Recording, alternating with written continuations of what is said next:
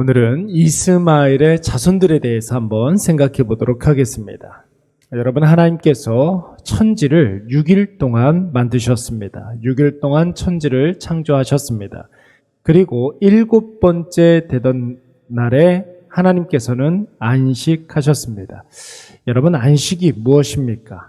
안식은 쉬는 것입니다. 재충전하는 것입니다. 하나님께서 창조 후에 안식하셨다는 말은 하나님이 창조하시느라고 너무 힘드셔서 쉬셨다는 말입니까? 뭔가를 또 하시기 위해서 재충전해야 한다는 뜻일까요?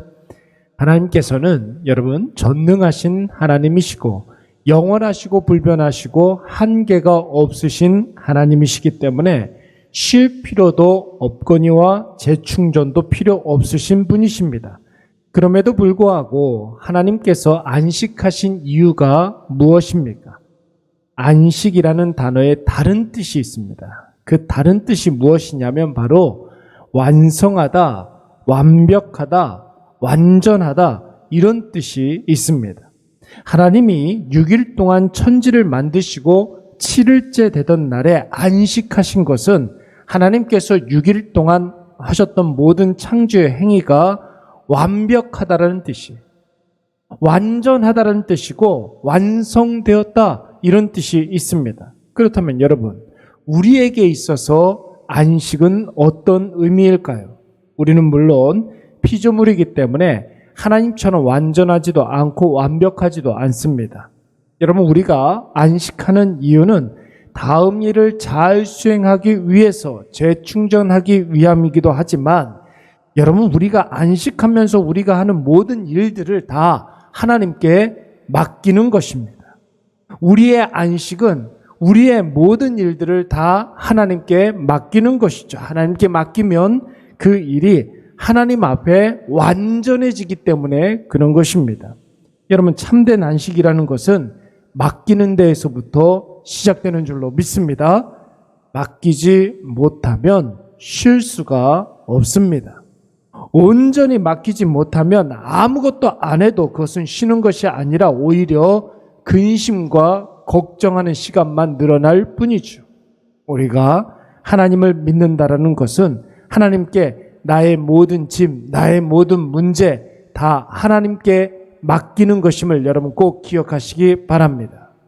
오늘 이스마엘을 한번 보시기 바랍니다.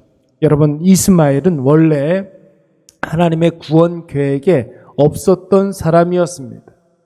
여러분, 하나님이 아브라함과 언약을 맺으실 때에 하나님은 아브라함이 아무런 생산 능력이 없을 때, 그 어떤 가능성도 없을 때 아들을 주심으로 하나님의 아브라함에게 주시겠다고 했던 그 복이 인간의 어떤 노력이나 최선을 배제한 채 온전히 하나님의 전적인 역사를 통해서만 이루어지는 것임을 알려주고자 하셨습니다.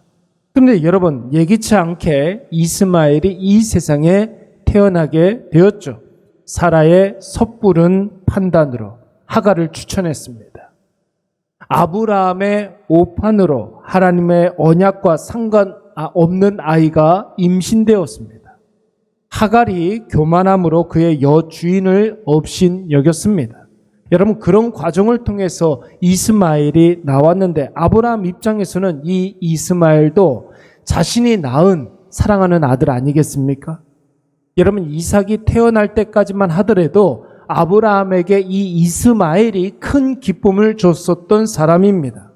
그런데 이스마엘이 이삭을 괴롭히는 일들이 일어나게 됩니다. 존재가 다른 이 두 아들이 한 집에서 같이 공존할 수 없게 되자 하나님께서 아브라함에게 이 이스마엘을 출가시키도록 하셨습니다. 여러분, 아버지 입장에서 이스마엘을 출가시키는 것이 얼마나 어려운 일이었을까요? 그러나 하나님께서는 말씀하시기를 창세기 21장 말씀을 보시면 이 일로 인해서 절대로 걱정하지 말고 근심하지 말라고 했습니다. 이스마엘도 큰 민족을 이루시겠다고 말씀하셨습니다. 뿐만 아니라 광야에서 이스마엘이 죽을까봐 여러분 걱정했었던 그의 어미 하갈에게도 하나님께서 말씀하시지 않았습니까? 그가 활 쏘는 자가 되어서 그로 말미암아 큰 민족을 이루게 하시겠다. 이것이 바로 아브라함과 하갈에게 하셨던 하나님의 언약의 말씀입니다. 그리고 오늘 우리가 읽은 본문의 말씀을 보시면 하나님이 아브라함과 하갈에게 하셨던 그 언약의 말씀이 다 이루어지는 것을 볼 수가 있습니다. 여러분, 이스마엘을 통해서 몇 명의 아들들이 나왔습니까? 느바옅, 게달, 압부엘, 미삼, 미스마, 두마, 마사, 하닷, 데마, 여둘, 나비스, 게드마. 여러분, 이렇게 12명의 아들들이 각각의 민족을 이뤘고, 그렇게 이스마엘의 자손들도 야곱의 12아들처럼 12지파처럼 12개의 족속을 이루게 됩니다. 사랑하는 여러분, 우리가 오늘 이 말씀을 통해서 깨닫는 영적인 원리가 무엇입니까? 여러분, 신앙이라는 것은 다 하나님께 맡기는 것입니다. 내 앞에 있는 현실을 자기 생각, 자기 판단으로 대하면 아브라함처럼 여러분 근심하고 걱정할 수밖에 없습니다. 여러분, 하갈처럼 애통하고 통곡할 수밖에 없습니다. 그러나 하나님은 살아계시는 분이신 줄로 믿습니다. 살아계신다라는 것은 언제나 일한다는 뜻이 있다고 하지 않았습니까? 살아계시는 그 하나님께서 오늘 우리를 지켜보고 계시고 우리의 모든 것을 감찰하시는 분이십니다. 앞서도 말씀을 드렸던 것처럼 잠언 24장 말씀에 사람이 자기의 마음은 다 정직하다라고 생각을 하여도 그 마음을 정확하게 감찰하시는 분은 살아계신 하나님이라고 했습니다. 하나님께서 우리의 모든 것을 다 보고 계시고 다 알고 계시고 다 해결해 주시는 분이시기 때문에 우리가 우리의 모든 문제와 짐을 하나님께 맡기기만 한다면, 그래서 아브라함처럼 아무런 걱정을 하지 않을 수가 있는 것이고, 하갈처럼 그 모든 것들을 다 하나님 앞에 또 우리가 맡길 수가 있는 것이죠. 하나님을 믿는다라는 것은 여러분, 살아계신 하나님, 전능하신 하나님, 그리고 역사하시는 하나님을 확신하면서 하나님께 모든 것을 다 맡기는 것입니다. 맡길 때 참된 안식이 있는 줄로 믿습니다. 우리가 살아생전 참된 안식을 다 얻을 수 있지만 여러분, 다시 불안해지지 않는 완벽한 안식, 여러분 조금도 흔들림이 없는 완전한 안식, 여러분 언제 그 안식을 얻습니까? 우리의 사명이 다하여 주님이 우리의 영혼을 부르시는 그날, 살아계시고 전능하시며 역사하시는 하나님께서 우리의 삶에 만족하시면서 천국의 안식을 우리에게 허락해 주실 줄로 믿습니다. 그래서 그 날이 우리 인생에 있어서 최고의 날이 되는 것입니다.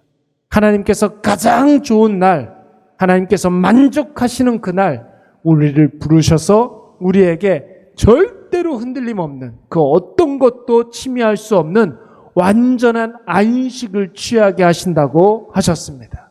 오늘 이 하루 우리 안에 있는 모든 문제를 다 하나님께 맡기시기 바랍니다.